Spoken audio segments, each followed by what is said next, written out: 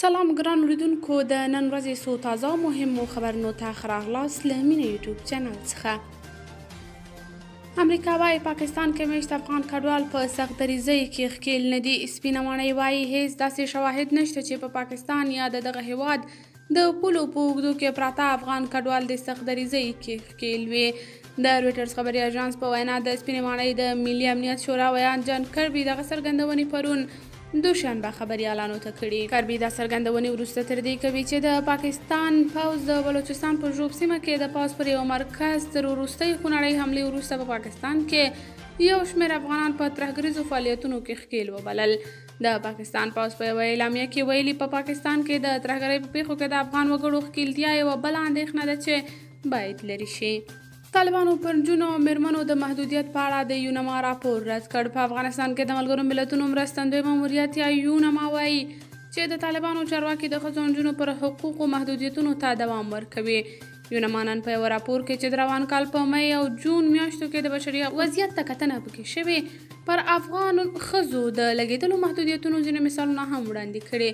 راپور زیاتوي دغه محدودیتونو د ملګرو ملتونو پر چارو هم اغیز کړی او له تېرو څه باندې 3 میاشتو راهیسې له استثنایي کسانو پرته نور کارکوونکي له خپلو کورونو دندې پر مخ بیایي.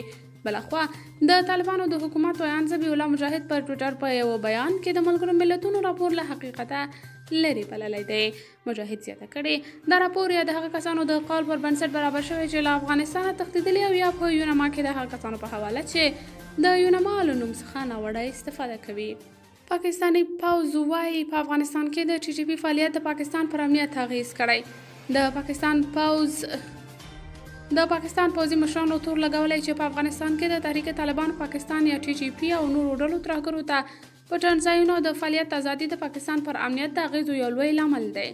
د پاکستان د پوځ د مطبوعاتو د دفتر ISPR د بیان له مخې د پوځ په مرکزي قومندانۍ کې د دوشنبې ورځې په ناسته کې د پاکستان دننه د وروستیو بریدونو او پاکستاني سرتېرو ته د مرګ ژوبلې پر اوښتو خبرې شوې دي.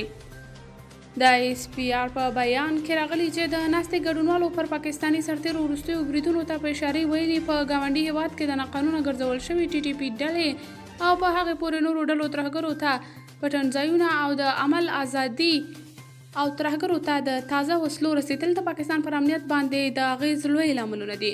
په دې ناسته کې د عملیاتو لپاره د پوځ پر چمتووالي او د سرتېرو د روزنې په اړه هم مفصل بحثونه شوي.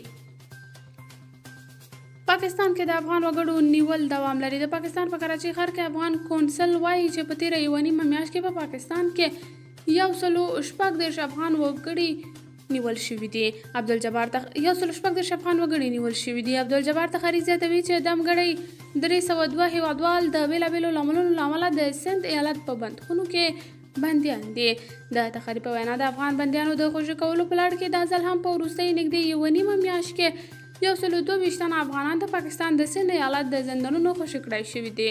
بلخوا په پاکستان کې ځینې افغان کډوال هم د دغه هیواد د پوځیانو له ناسم چلنده سر ټکوي او له سرپرست حکومت څخه غواړي چې پر ستونزو یې په جدي توګه غور وکړي.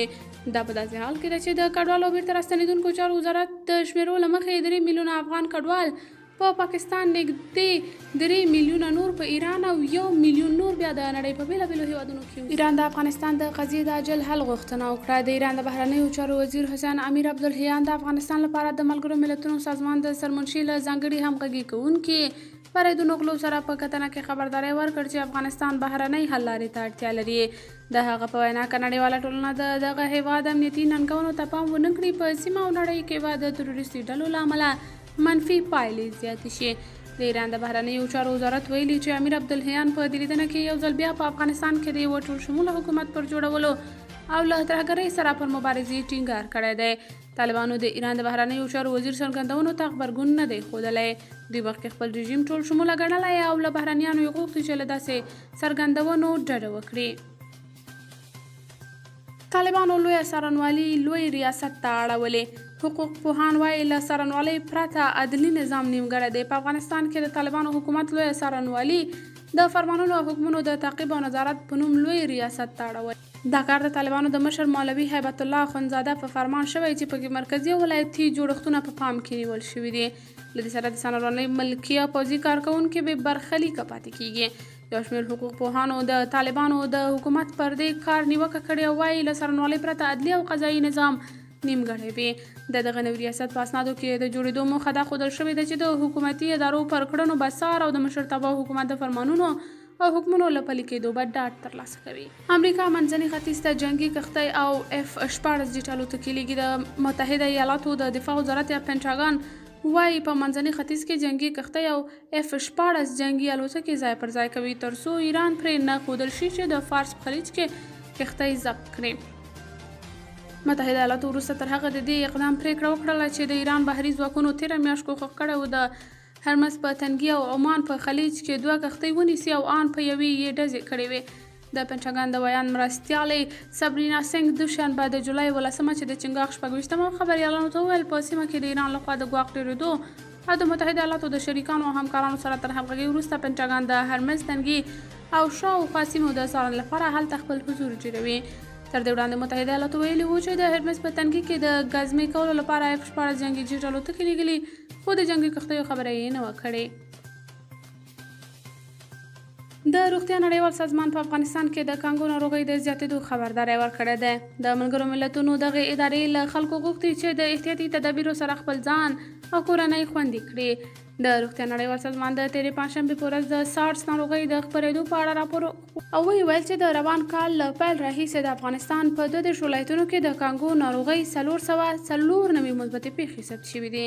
د دغه راپور پر بنسټ په دې موده کې د افغانستان په 14 ولایتونو کې 40 تنه د دغه ناروغۍ له امله مړه شوي دي.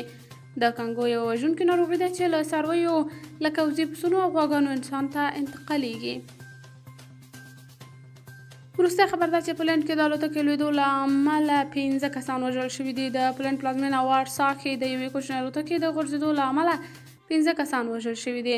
چارواکو ویلي د الوتکه پرون ماښام مهال یوه هوایي ډګر ته نږدې پر هغه سپر ورلوېدلې چې یو شمېر کسانو پکې له خرابې هوا پناه اخیستې وه.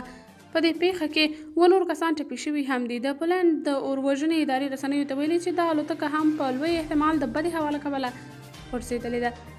قدرمنو کتونکو، دا و د نن ورځې تازه مهم دقیق او تر دې مهاله وروستي خبرونه. تر بیا نور مهمو خبرونو او راپورونو چې زه ستاسو درنه حضور ته در حاضرېږم، په لوی الله مو سپارم. د الله په امان.